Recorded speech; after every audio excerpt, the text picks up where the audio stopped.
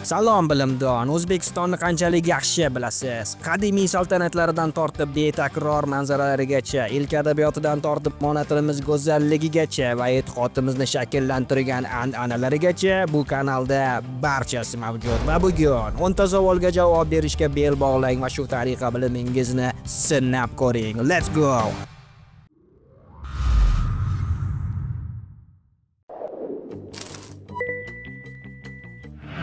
O'zbekiston Respublikasi Konstitutsiyasi qachon qabul qilingan?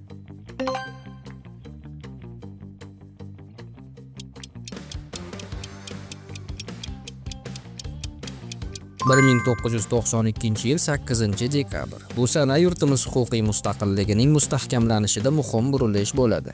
Konstitutsiyamizda davlat boshqaruvi va fuqarolik erkinliklari asoslari belgilab berilgani bois u xalqimizning siyosiy, ijtimoiy va iqtisodiy huquqlarini kafolatlaydi.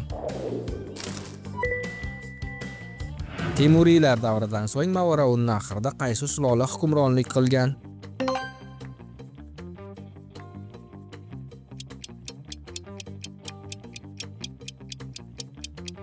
Shayboniylar. Temuriylar qulagach siyosiy sahnaga Shayboniylar sulolasi chiqadi va hukmronlikni qo'lga oladi. Ular davlatni markazlashtirish va iqtisodiy rivojlanish uchun yangi siyosat olib borishgan va o'sha davr O'rta Osiyo tarixida muhim siyosiy o'zgarishlar davri sifatida e'tirof etiladi. O'zbekiston nechta qo'shni davlat bilan chegaradosh?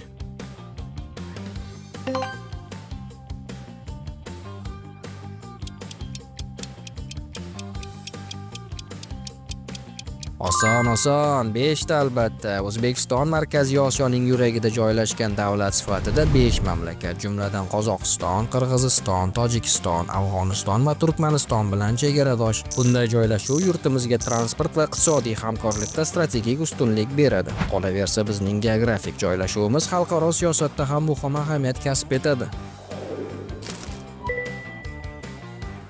Surxondaryo viloyatining markazi qaysi shahar?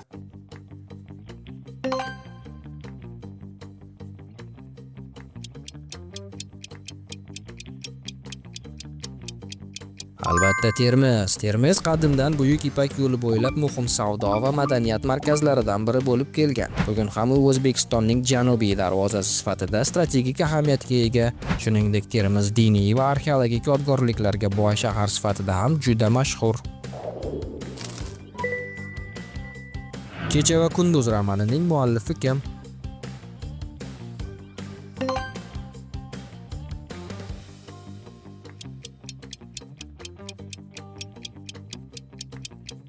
Cho'lpon ushbu romanda millatning uyg'onish g'oyalarini badiiy vositalar orqali ta'sirli ifodalagan. Asar o'zbek jadid adabiyotining yuksak namunalaridan biri hisoblanib, unda jamiyatdagi siyosiy, ma'naviy va axloqiy muammolar ilmiy va falsafiy teranlik bilan yoritilgan.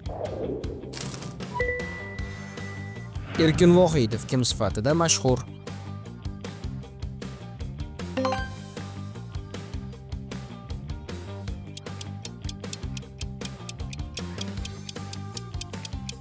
Shoir Erkin Vohidov she'riyatida milliy g'urur, vatanparvarlik va insoniylik qadriyatlari keng ifoda etilgan. U mustaqillik davri adabiyotining yetakchi namoyandalaridan biri sifatida e'tirof etiladi. Shoirning asarlari o'zbek ma'naviyatini yuksaltirishda katta ta'sir ko'rsatgan.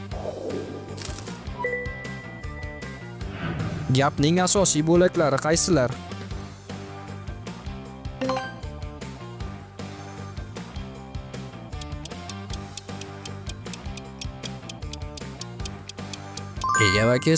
Ega va kesim gapning grammatik markaziy tuzilmasini hosil qiladi. Ushbu ikki bo'lak gapning to'liq mazmunini ifodalashga xizmat qiladi. Qolgan bo'laklar esa mazmunni kengaytiruvchi qo'shimcha unsurlardir. Quyidagi so'zlardan qaysi biri ot so'z turkumiga mansub?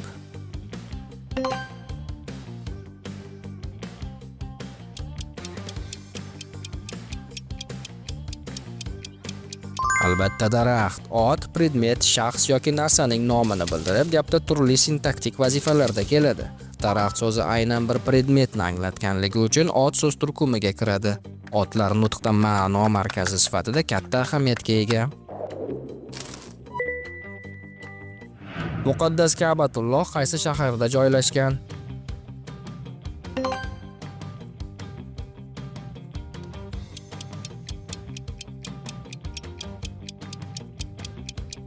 Makkada birodarlar, Ka'ba musulmonlar ibodat qilganda yuzlanadigan qibla markazidir. U Makka shahridagi Masjidul Harom ichida joylashgan bo'lib, islom ummati birligining ramzidir. Ka'batullohning sharafli maqomi diniy e'tiqodda beqiyos o'rin tutadi.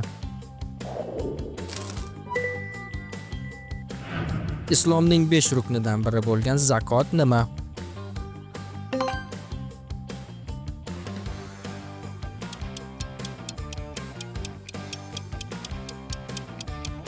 Mol-mulkdan beriladigan sadaqa, zakot musulmonning moli va qalbini poklashga xizmat qiladi. U jamiyatda ijtimoiy tenglikni ta'minlashning muhim vositasidir. Zakotning to'la-to'kis ado etilishi iqtisodiy adolatni mustahkamlaydi. Aziz vatandosh, yurtimizning ajoyib g'aroyibotlarini kashf etishda davom eting va bilim olishdan aslo to'xtamang. See you around.